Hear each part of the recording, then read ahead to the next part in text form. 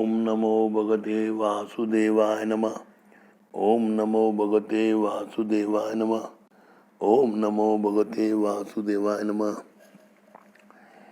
नमस्कार दिव्य सज्जनों, बहुत दिन के बाद वीडियो बनाने का मौका मिला और कई प्रश्न भी आए जिसमें कई प्रश्नों का उत्तर भी देना है। साथ ही साथ मेरे इस वीडियो को काफ़ी लोगों ने सराहा है, लाइक किया है, सब्सक्राइब किया है। आगे भी यही उम्मीद है आप लोगों से। अभी जो प्रश्न आए हैं उनकी मैं श्रृंखला शुरू करूँगा, लेकिन पहले कुछ प्रश्न हैं। ये आज के जगत में जो प्रश्न है उस प्रश्न पर एक विचार करना जरूरी है कि हम जो उपदेश अमृत देते हैं, जो ग्रहों के बारे में बता रहे हैं, जो ब्रह्मांड के बारे में बता रहे हैं, जो भूत भविष्य वर्तमान के बारे में बता रहे हैं, ये एक कोई मजाक का विषय नहीं है। ये किसी दादा चाचा मामा टान का कोई टाइम पास करने का काम नहीं है। इसको सीरियस से लेना चाहिए। अभी जैसे कई प्रश्न आते हैं, उसमें फिजूल के प्रश्न भी हैं कि मेरा अफेयर होगा नहीं होगा, ये होगा वो होगा, ये टाइप के प्रश्न हम लोग उत्तर नहीं देते। आपको जो आपके निदान, आपकी आयु, आपकी रक्षा के लिए जो प्रश्न है वो पूछिए। और जो ये अफेयर वफेयर की जो बातें, आप दूसरे से किससे बात कीजिए। अभी ये जो ब्रह्मांड में हमारी जो आयु है वो है एक मनुष्य की एवरेज 100 साल, 90 साल, 80 साल। उसमें 20 साल का तो बचपन निकल जाता है और 30-40 साल का बुढ़ापा। कितना हुआ? 60 साल गया। उसके बीच में 15 साल का जो है मटर गश्ती का टाइम, उसमें हम सीरियस नहीं हैं। वो सीरियसनेस हमारे अंदर आती नहीं है, जवाबदारी नहीं आती, जिम्मेदारी नहीं आती, वफादारी नहीं आती है। ना हम अपने कार्य से वफादार हैं, ना मुल्क से, ना हमारे गुरुजनों से, न ही हमारे समाज से हम वफादार हैं। तो गैर जवाबदार लोग, उनका ये दुनिया में आना जाना रहता है। दुनिया में आना जाना मतलब बर्थ साइकिल में रहते हैं। जैसे अभी कोई जवाबदारी से कोई काम नहीं करेगा तो अगले दिन बॉस उसको बुला के फिर से काम करवाएगा। पगार तो दिया है ना। वैसे कर्म क्षेत्र में भी वही सिद्धांत यूज किया गया है। आपने इस जन्म में कुछ कर्म छोड़ दिए हैं, अगले जन्म में उस कर्म को आपको करना है। करने के लिए फिर दूसरा नाम, दूसरी कुंडली, दूसरा राशि, दूसरा, इस बीच में जो कर्म किए हुए गधे घोड़े उल्लू जैसे, तो वो जन्म तो लेना है। 84 लाख योनि है। हो सकता है 84 लाख योनि घूमे फिर मनुष्य देव बने। हो सकता है 4-5 योनि होने के बाद मनुष्य जन्म घूमे। ये तो आपके कर्मों पर डिपेंड है ना। कोई गुजर गया 20 साल पहले और आज जन्म लिया है, तो 20 साल कहाँ था भैया? जरूर गधा घोड़ा उल्लू पक्षी हुआ रहेगा ना। तो ये समझ जाइए कि आपके जो पुनर्जन्म की बात आपको बताई नहीं जाती है, न मालूम होती है, वो आप खुद भी नहीं पता कर सकते हो। ज्योतिष में अष्टम स्थान में होता है। अष्टम स्थान में होता है वर्ग शत्रु होता है, वर्ग होता है, भाई कुत्ते थे, बिल्ले थे, स्वान थे, मांजर थे, बंदर थे, वो उसमें इंडिकेट होता है लास्ट पर। लेकिन उसको भी ऑथेंटिक नहीं बोला जाता है। कारण कि क्या है? आपका जन्म आप स्वयं जान सकते हो। गए जन्म में क्या थे, इससे करोड़ों जन्म पहले क्या थे। इस तरीके के चक्करों में आप थोड़ा डीप मेडिटेशन में जाओगे तो अपने आप को समझोगे। जवाबदार नहीं होने के कारण, जिम्मेदार नहीं होने के कारण हम लोग ये चीज़ को मजाक में ले लेते हैं, और मजाक में लेने के बाद ज्योतिष शास्त्र की बात को खिल्ली रूप में उड़ाया जाता है। अभी मैं किसी धर्म की कोई निंदा नहीं करता हूँ। सिंपल सिटी बात है कि हमारे सनातन धर्म में ग्रहों के पूजन का विधान है, पूजा करते हैं। नक्षत्रों का पूजा का विधान है, पत्थरों की मूर्ति का विधान है, मूर्ति फोटो की भी पूजा करते हैं, उसके अलावा किसी वृक्ष की पूजा करते हैं, किसी ध्रुवा की भी पूजा करते हैं, निम्न से निम्न वस्तु के लेकर हिमालय तक की पूजा करते हैं। तो ये विधान है। ये विधान को हमारे दूसरे जो भाई लोग हैं वो उसको उल्टा समझते हैं। वो हमें मूर्तिमान पूजक साधक कहते हैं और कहते हैं कि भगवान एक है, ये है, वो है। तो जो हम अपने क्षण क्षण पद पद समय समय अनुसार जिस जिस चीज़ का जो पूजा करते हैं वो हमारे गत जन्म से उसका संबंध होता है। ये प्रामाणिक सत्य है। जैसे आज नासा का रिपोर्ट आती है, पहले बोलते थे भाई ब्रह्मांड में ये 16 ग्रह है, ये हमारे ब्रह्मांड है। फिर बोले मिल्की वे है। फिर मिल्की वे के बाहर 1,72 करोड़ प्रकाश वर्ष देखने के बाद देखा, बोला ये मिल्की वे से और भी कई मिल्की वे जैसे ब्रह्मांड है, उससे भी बड़े बड़े सूर्य हैं, उससे बड़े बड़े सितारे हैं। लेकिन ये हमारे भागवत में वर्णित है, हमारे पुराणों में वर्णित है, उसको कोई देखा नहीं गया। साइंटिस्ट करोड़ों रुपए की पढ़ाई करके करोड़ों रुपए का एक्सपेरिमेंट करने के बाद वो नतीजे करते हैं, उसके बाद भी वो नतीजे फेल हो जाते हैं। और हमारे भागवत को तो हमारे धर्म के लोग पढ़ते नहीं हैं। वो देखते हैं जिसका थाली चमक रही है वही इजी धर्म है, और घुस जाते हैं उसमें और अपना सर पीटते। न उनके बच्चे वफादार रहते, न उनकी बीबियां वफादार होती हैं, न उनका कुल वफादार होता है। ये वफादारी आपको ध्रुवा से लेकर हिमालय तक की पूजा के कारण आपको वफादार बनाएगा। ये सनातन धर्म में और किसी में नहीं है। आप नक्षत्रों की पूजा करते हो, मगा, रेवती, अश्लेषा, ज्येष्ठा, ये जो नक्षत्र की पूजा करते हैं उसमें 27 अन्न लगते हैं। 2 किलो अन्न लगता है, 27 अन्न, मतलब उतना हमारा सिर्फ ब्रह्मांड है। 27 प्रकार के दाने, अन्न, गऊ, जवारी, बाजरी, इसके जो 27 अंश है, इतने ब्रह्मांड है। जितने हमारे अन्न है इस संसार में, वो एक गुनी में डाल दीजिए, एक चावल की गुनी में ऐसे 27 गुनी डाल दीजिए एक रूम में, उतना तो सिर्फ हमारा मिल्की वे है। ऐसे करोड़ों करोड़ों ब्रह्मांड है। उसकी उत्पत्ति कैसे हुई पता नहीं है, मालूम नहीं है, साइंटिस्ट मगजमारी कर रहे हैं। सीधा आप सनातन धर्म को समझो, 10 साल उसमें लगाओ, साइंटिस्ट होने की जरूरत नहीं। आपको अपना पूरा पृथ्वी का जन्म से लेकर इस नक्षत्रों आकाश का जन्म तक आपको मालूम पड़ जाएगा। फिजूल भूत प्रेत जैसा भटकने की जरूरत नहीं है, फिजूल अपने बाल कमजोर करने की जरूरत नहीं है, अपनी नींद उड़ाने की जरूरत नहीं है। भागवतम में लिखा हुआ है ब्रह्मांड की उत्पत्ति, ब्रह्मांड का प्रलय, ब्रह्मांड का समय, कलयुग का इतना समय 48 लाख साल का, सब लिखा हुआ है। एक एक दिन लाख, सब वो साइकिल चलता ही चल रहा है। लेकिन क्या यहाँ जो बुद्धिमान विवेकी लोग जो खुद को बोलते हैं, जो साइंटिस्ट बन गए हैं, वो हमारे सनातन धर्म को चैलेंज करते हैं और बाद में उनके मुल्क पर ये जिहादी हमले होते हैं। कुछ भी लोग कुछ भी बोल देते किसी धर्म के लिए, फिर वही होता है।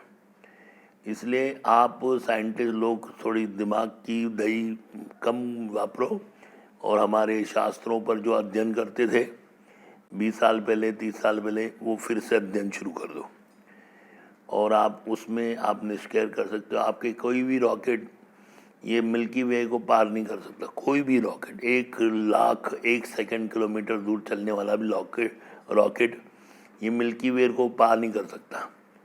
ऐसे खरबों मिल्की वे जैसे यूनिवर्स है, उनको भी उससे निकल नहीं पाता। वो एक इतना सा ब्रह्मांड हो जाता है, इतना छोटा बॉल जितना। तो ऐसे करोड़ों ब्रह्मांड है, करोड़ ब्रह्मा है, करोड़ शिव है, करोड़ इंद्र है, वरुण है। ये इसके झंझट में आप मत जाओ। आप जहाँ पर हो, जिस देवी देवता की पूजा करते हो वो करो, आपका अधिकार है। और बोला गया है गौ माता के शरीर में 33 कोटि देवी देवता है, तो वो भी मानते नहीं है। क्यों नहीं मानते बाबा? मुख में कपिल मुनि है, पूछ में हनुमान जी है। तो ये सब चीज़ को मानो, क्योंकि आपकी जो बुद्धि है वो नहीं मानने, प्रूफ मांगती है। प्रूफ अभी साइंटिस्ट क्या प्रूफ देगा आपको? उसको बोलो फलाना फलाना ग्रह किधर है, कितना दूर है, बोले 1 लाख मिल्की ईयर दूर। अरे 1 लाख मिल्की ईयर दूर तेरा कोई चीज़ पहुँचाए क्या? तुम देख पाते हो क्या? तुम्हारी ऐसी कोई दूरबीन बनी है क्या? या पूरे पृथ्वी से लेकर सूर्य तक इतना बड़ा लेज़र लगाओगे, लेंसर लगाओगे, तो भी इतने बड़े विशाल ग्रह को तुम दूरबीन से नहीं देख पाओगे।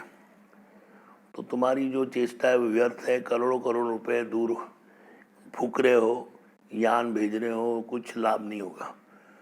कुछ ही दिनों के बाद तुम सरेंडर जब हो जाओगे, तुम्हारे पास ये एलियन खुद ही आएंगे, बताएंगे हम शुक्र ग्रह से, हम फलाने मिल्की ग्रह। हम लोग से ज़्यादा एडवांस है लोग, क्योंकि यहाँ से पृथ्वी से ही कर्म करके वो उच्च लोक में जाते हैं, वो ज़्यादा एडवांस है। उनके पास फ्यूल की ज़रूरत नहीं पड़ती। वो जो एलियन जो बोलते हैं हम लोग उनको अन्य ग्रह के लोग बोलते हैं, जैसे अप्सरार है, स्वर्ग है, वैसे वो लोग के ग्रह के लोग आते थे पृथ्वी पर। उनको कोई ये जरूरत नहीं पड़ती थी, वो खुद फिजिकली आ जाते थे। अभी मेनका थी तो मेनका खुद आ गई थी स्वर्ग से। स्वर्ग हमारे इधर से कितना योजन दूर है? 25 लाख योजन दूर, जिसको हम लोग कम से कम 350 मिल्की वे बोल सकते हैं। तो 350 मिल्की वे में स्वर्ग है। तो मिल्की ईयर क्या बोलते हैं, लाइटिंग ईयर्स, उतना दूर है स्वर्ग। तो वो जो स्वर्ग इतने 350 करोड़ प्रकाश वर्ष दूर से मेनका इधर आके नादें आती थी विश्वामित्र को रिझाने के लिए। तो थोड़ा ये बुद्धि वापरो ना कि हम लोग जो सनातन धर्म है वो बहुत विशाल है। वो अपनी व्याख्या बताया नहीं, उसने अपना अभिमान नहीं दिखाया ग्रंथों ने, भाई इतने इतने ये साइंटिस्ट एक चंद्रयान भी उनका फूस होके गिरता है। क्यों इतना वेस्ट कर रहे हो? हमारा जो टैक्स दिया हुआ पैसा उसका क्यों यूज़ कर रहे हो? सीधा आप सरेंडर हो जाओ, आपके पास खुद एलियन आ जाएंगे, बोल के जाएंगे आपको कि क्या क्या है। आपको मगजमारी करने की जरूरत नहीं, खुद सप्तऋषि आ जाएंगे, पुला आ जाएगा, पुलस्त आ जाएगा, मंगीरा आ जाएगा, गौतम आ जाएगा। वो बताएगा हम लोग जीवंत है या हम माइग्रेट होते हैं, ये वो बताएंगे कि पृथ्वी में प्रलय आने के बाद हम दूसरी पृथ्वी में मत्स्य अवतार को रस्सी बांध के बड़ी नाव के साथ हम लोग निकल जाते हैं। अभी जब साइंटिस्ट बोले कि मनुष्य बंदर से उत्पन्न हुआ है, अभी दूसरे साइंटिस्ट ने बोला अगर सब बंदर मनुष्य बन गए तो फिर बंदर रहते ही नहीं थे। और प्रजाति है बंदरों की, मनुष्य की कोई प्रजाति नहीं, इसलिए वो फेल हो गया, वो स्थिति फेल हो गई। तो जो हम लोग बंदर नहीं है, बंदर जैसे थोड़ा है, मतलब 20% बंदर है, तो उसका मतलब कि हम लोग 1000% बंदर थे क्या पहले? वो सब थ्योरी। फिर दूसरे साइंटिस्ट ने बोला कि मनुष्य माइग्रेट हुआ है, दूसरे ब्रह्मांड से माइग्रेट हुआ है। तो ये सत्य है, जब बोलता है माइग्रेट हुआ, वो उसका प्रूफ नहीं है उसके बाद, लेकिन हमारे पास है। भागवत में है कि जब मत्स्य अवतार हुआ था, मनु को बोल के, सप्तऋषियों को बोल के एक बड़ी नाव आई और वो प्रलय के 100 वर्ष तक घूमती रही और हमको एक पृथ्वी पर स्थान मिला। तो ये सत्य है।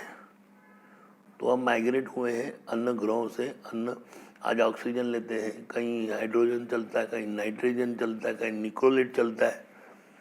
तो वो ब्रह्मांड के अलग अलग लोक में ऐसे कई प्रकार के रसायन हैं जो अलग अलग लोक में घूमते हैं। वो तो आप लोग एक में सादा हाइड्रोजन गैस के रूम में ही आप मर जाओगे, दम घुट जाएगा। ऑक्सीजन का सिलेंडर यहीं लगता है, आपको प्योर ऑक्सीजन मिलता ही नहीं है। क्योंकि इसी साइंटिस्टों के कारण, इतनी बुद्धिमत्ता लोगों के कारण प्रदूषण बढ़ गया है बहुत। हम लोग ने बोला चूल्हे में खाना बनाओ, समझ में नहीं आया, गैस बना दिया। गैस से धुआं होता है, धुआं वो नाइट्रोजन छोड़ता है। उसके बाद चूल्हे का जो अग्नि है वो ऑक्सीजन निर्माण करता है, ऊपर आकाश में बादल होता है। तो वो समझने वाली चीज़ें नहीं है। हम लोग एडवांस, मोहनजोदारो आप देखो कितना एडवांस था। 6-7 हज़ार साल पहले कितने लोग एडवांस थे। लंका के नीचे एक बहुत बड़ा आइलैंड था जो समुद्र में डूब गया। द्वारका समुद्र में कृष्ण भगवान ने डुबा दिया। वो सब प्रमाण है, लेकिन साइंटिस्ट लोग उसमें दिमाग नहीं लगाते। क्योंकि क्यों लगाए? उनकी स्थिति, उनका विद्या, उनका पैसा लगा हुआ है अभिमान के कारण, इसलिए वो सनातन धर्म को ध्यान नहीं देते। वो उल्टा मनुष्य को मनुष्य से भिड़ा रहे। ताकि वो भिड़े आपस में, इस धर्म के लिए उस धर्म के लिए, वो श्रेष्ठ धर्म। हिंदू नाम का कोई धर्म है ही नहीं, हिंदू संस्कृति है। हमारे यहाँ जो भी भारत में रहता है वो सब हिंदू है, उसका कोई धर्म नहीं है। जो धर्म है वो उसको मिला है। लेकिन वो भी एक समझने की बात है कि भाई किसके वंशज कौन बने, क्या बने। तो समझ जाइए कि आप एक गुमराह में, आपको जितनी विदेशी सरकारें वो गुमराह करेगी, आपका ही पैसा लेकर उसमें रिसर्च करेगी, जो कि चीज़ कुछ नहीं निकलेगी, जो कुछ नहीं निकलना है सिर्फ भागवत से। भागवत में श्री कृष्ण ने जो भी कहा है, उद्धव जी ने कहा है, उसके बाद मुनियों ने कहा है, नारद आदि मुनियों ने कहा है, उस पर विश्वास कीजिए। उनका वृतांत सुनिए। आपका चरित्र, आपके शरीर से लेकर आपका चरित्र, आपके चरित्र से आपके लोक से आपके परलोक सुधर जाएंगे, ऐसी नॉलेज है। और उसमें क्या होगा, ABCD से आप ऐसा जियोगे, सेंटेंस समझ जाओगे। उसके बाद क्या होगे, डॉक्टर इंजीनियर हो गए, और उसके बाद लूटने बैठ जाओगे तो कोई यूज़ नहीं है आपका। उतना मट्टी पलित हो जाती है, कचरे के डब्बे में पड़ जाते हो, खुद का इलाज या खुद भी उसके संतान के नज़र में गिर जाते हो। उसके बाद तुम्हारा वृद्धाश्रम खुला हुआ है, वहीं जाके बैठोगे और बाद में कचरे के डब्बे में जैसा फेंक दोगे, फिर भी वायरस बीमारियों के चक्कर में आ जाओगे। किसके लिए इतना करते हो? इतना कमाते किसके लिए? साइंटिस्ट बनने के लिए? नहीं, करो मत ना, सीधा भक्त हो जाओ, सरेंडर हो जाओ। किसी मंदिर की आकृतियों को देखो, उनकी मूर्तियों को समझो, उनकी कला क्षेत्र को समझो। करोड़ों साल, लाखों साल पहले एक मंदिर में क्या मूर्तियाँ थी। एक कैलाश मंदिर जो है अजंता में, एक ही शिला से बना हुआ, कैसा बना, कैसी टेक्नोलॉजी यूज़ हुई, वो उस पर दिमाग नहीं खपा कर आप खोज रहे हो। वो मूर्ति का क्या उपदेश था, मंदिर का क्या उपदेश था, वो समझो, उधर ही आपको मिल जाएगा। कम से कम 2-4 गैलेक्सी तो उधर ही मंदिरों में आपको मिल जाएगा। जिधर रॉकेट भेज रहे हो करोड़ों का, वही आपको मंदिर में सब मिल जाएगा। नारद पुराण और उसके बाद गरुड़ पुराण, सब उसमें मूर्ति अलंकित है। विष्णु के 64 अवतार, महादेव के 36 अवतार, तो उसके हिसाब से आप समझ जाओगे।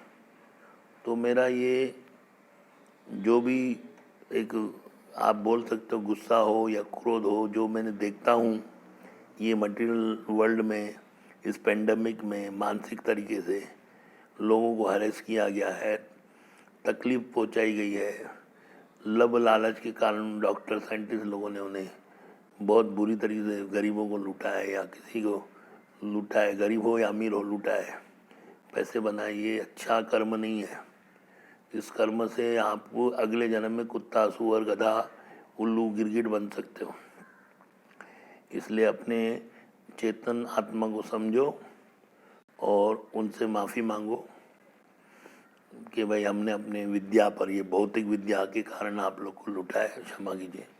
उनका एक मानवता की तरह की सेवा करिए, क्योंकि वैक्सीन आ गई तो आज नहीं तो कल दूसरी बीमारी आएगी। ऐसा नहीं कि भाई कोरोना गया तो दूसरा ये तो युद्ध स्तर में लोभ लगा हुआ है। US का, UK का, इस्लामिक वर्ल्डों का एक दूसरे का आपस में टकराव होता रहेगा, उसमें मरेंगे हम लोग, आम पब्लिक। और कोई वायरस आ जाएगा और कोई दूसरा आ जाएगा। कितनी वैक्सीन निकलने के बाद आप ठीक होते जाओगे? सिर्फ वैक्सीन मारते रहोगे क्या ज़िंदगी भर? तो आप समझो, एक मनुष्य दूसरे मनुष्य का सहायक हो। ये जो विस्तारवाद जो है, सबकी जो इच्छा है वो दूर हो। मेरी यही कामना है कि इस युद्ध में कोई मत पड़े, अपने इंसान को इंसान समझे, इंसान को इंसान का वैल्यू करें और सनातन धर्म को फॉलो करो। सनातन धर्म को फॉलो करो, उसमें सब चीज़ विस्तार से दी हुई है मेरे भाइयों।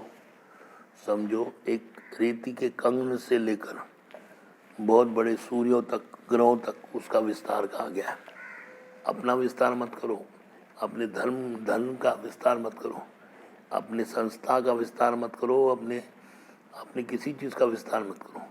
आप अपने अंदर मुख में होकर एक मनुष्य तत्व को उत्पन्न करो, इंसानियत को उत्पन्न करो, जवाबदारी, जिम्मेदारी, बना वो। हरे कृष्ण।